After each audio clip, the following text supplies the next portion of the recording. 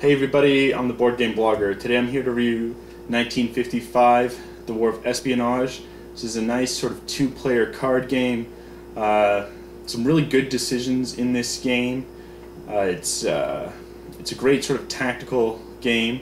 I think a lot of us now don't really have time to build those kind of customizable deck games. When you're building the deck, it takes too much time. But you want to still sort of have this sort of CCG kind of card game feel, where you've got different options.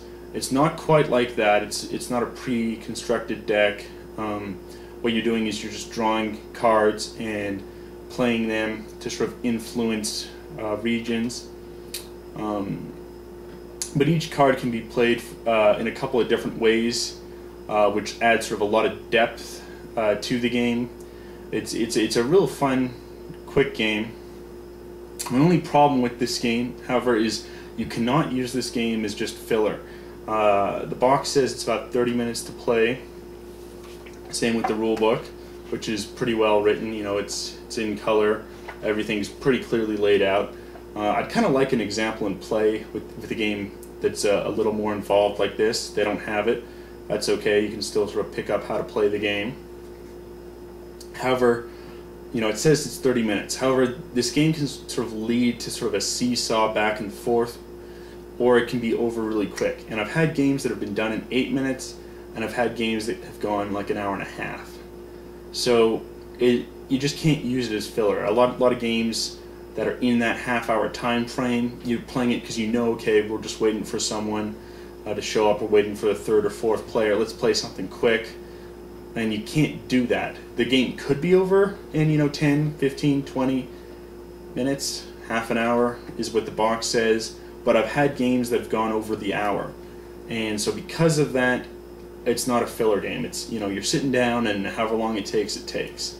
So if that's a concern, if you're thinking of picking this game up just for the filler, that 30-minute time slot, I'd look elsewhere. However, if you're looking for an interesting two-player game, it's pretty well priced. Good cards. These are pretty good quality cards, and it's a fun tactical game. I'm not sure how the theme totally works. It's supposed to be the Cold War gone hot. It's not the clearest, but the game is fun itself, and the mechanics are pretty neat. So why don't we see how the game plays? Because it's well done. Okay, sort of here's the board at the start. It's just simply used to sort of track control of different countries. Sort of there's 3 Western, 3 Eastern countries, and they're all equal length in that both USSR and USA are equal length, and then UK and Hungary are shorter, and then France and Poland are shorter still. And what's kind of interesting in this game is there's 2 ways to win. You can either get an influence marker all the way over to your side in 3 different countries, and you win the game. Or if you can get your opponent's home country all the way over to your side, to be the red or blue, then you can win. And so because of the alternate win conditions, I really enjoy games with alternate win conditions, because that adds more tension to the game. Now, how do you decide what your home country is? You initially take a look at your hand, and you can pick what your home country is. So here, this person's got a couple more, red cards, sort of the Eastern powers, then the red, then blue. These mercenary cards are neutral, so they might want to pick to be the red. Which let's say they do. Then you can pick a shorter country like Poland or Hungary. However, it's usually not a wise idea because someone can quickly push your home country over too far. So let's say they will pick USSR, then they're going to pick the equivalent here, USA, and then you have your spy, which is very key in the game. Where your spy is very important for playing a card. And sort of that's how the game starts. You're always going to have a hand of 5 unless you can increase your hand size. Over here you can improve your resources, or have advanced transport, which will allow you to increase your hand size. Now you're gonna make 2 actions a turn. You're then gonna redraw your hand, and then you'll move your spy. And as I mentioned before, the location that your spy is in is pretty important, because you can then block actions that your opponent makes in 2 places, where your spy is and in your home country. Additionally, when you're playing cards in the country you currently are in, they're more powerful and you get a bonus. So here with my starting hand, I don't actually will be able to get a bonus anywhere. But let's say I'm probably going to play this Gadget Research. Even though it's blue and I'm the red player, I can still play it, and I can put it under here to increase my hand size by 1.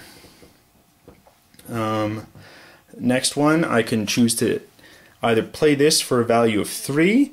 If I was in Poland, I can play it there. So I can play it.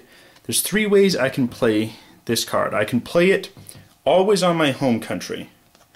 Now, if it doesn't match my home country, if this was a blue card, it would only count for 2. However, because I'm the red faction, it will always count as 3. I could play it for 3 in Poland and just move it 3. Or I could play it the country where my spy is, and if it didn't match the color, so if, let's say my spy was actually over here in the UK, I could still play this card, but because it's red faction and I'm in a blue faction country, it would only move 2. So I then would move this up 2, if that's how I chose to play it. Or instead of playing it for the influence value, I can play it for this special action, which is your opponent's spy may not be moved until the end of your next turn, which is sometimes useful. When you first sort of play the game, you might think some cards are more powerful than others. However, after continuous play, you know, there's a reason why you would use every single special action in the game. There's certain situations where it's good. And I think the game makers did a very good job of balancing the special actions in the game and the value of the influence. It's quite good. Additionally, as I mentioned before, you have these mercenary cards, which I could add, just play additional mercenaries to influence it. So if I played it like this in the UK, instead of getting the 3, I would get 2, plus 2 more for the mercenaries, and I could move this a total of 4. So let's say that was my second action. I now have just 1 card. So I'd normally draw up to 5. However, because I've played this gadget to improve my resources, I would draw up to 6.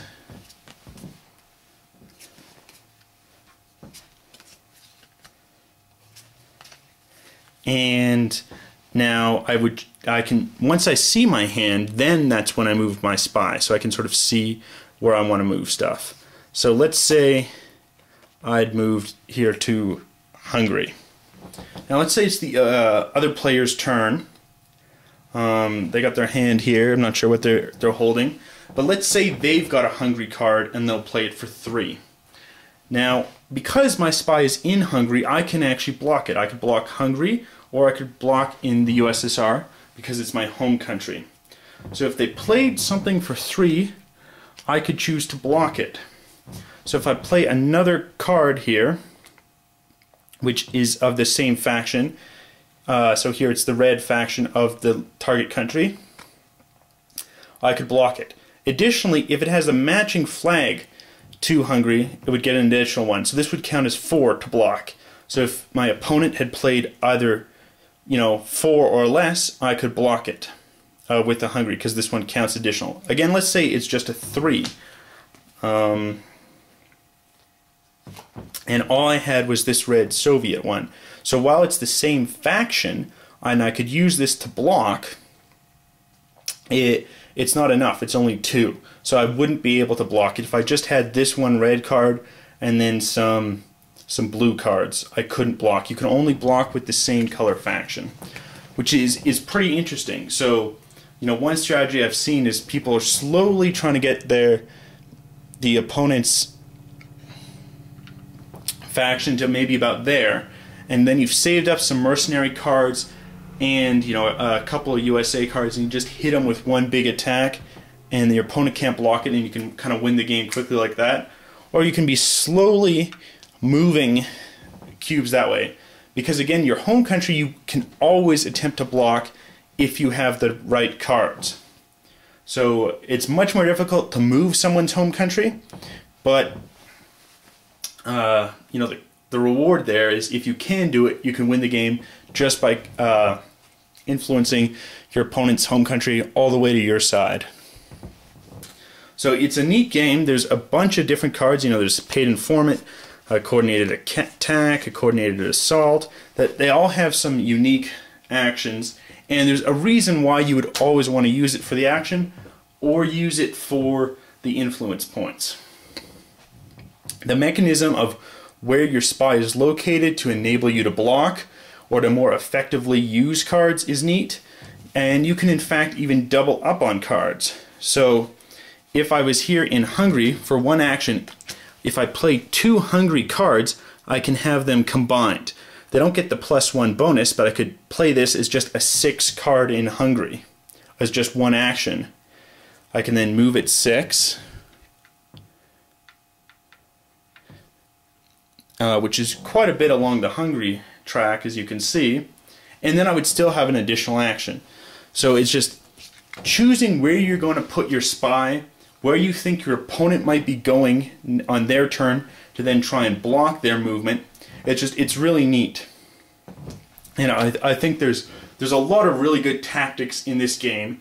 You can also sort of slowly plan your long-term strategy by which path of victory you're going towards, or you're going to try and just balance it out, and as the game changes you can maybe change your plan if you're just going for the knockout victory by controlling your opponent's home country, or you're just trying to control any 3 countries. It's kind of neat. And then finally, the last mechanic that I didn't explain was once you get this here all the way, then it becomes locked and your opponent cannot move it back in their direction. There's one card that allows them to do that, but it's it's pretty rare to find. If they can play the card, it will unlock it and move it. Otherwise, if the blue player played just a Hungary card or was in Hungary trying to influence it, this will not move. So there's that aspect to it too. I think it's a fun game, but as you could see just in my demonstration, that you're playing cards, you're moving, and then you're moving back. So it can lead to a seesaw battle. There's a lot of tension. It's a really fun game because there's so much tension. However, because of the seesaw nature of the game, it can go on long. It could be done quickly if you get a knockout, take someone's home country pretty quickly and they weren't able to block it, or the game can be running on for a long time, over an hour easily, when you're moving it up, you're moving it back, you move it up, your opponent's able to move it back, and it can go on. But the tension's still there. It doesn't really feel like the game's dragging, even if it goes an hour and a half, because there's so much tension the entire game. The negative of it, though, is if you were only intending to play a half-hour game. And this game, you cannot estimate how long it's going to take. So if you're looking for a game, or you're only going to play over your lunch hour, and you see it's a 30-minute game, when you're in the store looking at this box, do not get this game, because you cannot necessarily play it in your lunch hour. You can play it when you have more amount of time, and you might be able to play it in your lunch hour. You might be able to play it in half an hour, but not every game. And for that reason, if you're looking for a lunch hour game, look elsewhere. But if you're looking for a very good 2-player tactical game, it has a ton of tension, very good decisions on where you're going to line up your spy, what your card you're going to play, how you're going to play it. There's a lot of great decisions in the game. It keeps it really tense. It's a good pace to the game, and I'd highly recommend it. For anyone interested in a good, great tactics. There's still some long-term strategy. It's just a fun 2-player game. The only negative is you cannot guarantee how long this game's going to take. So if that's an issue, I would not recommend this game. But for anyone else, if you just want the great 2-player game, you can play you know, with your wife, with a buddy. It's a good game. You just have to be cautious of that time limit.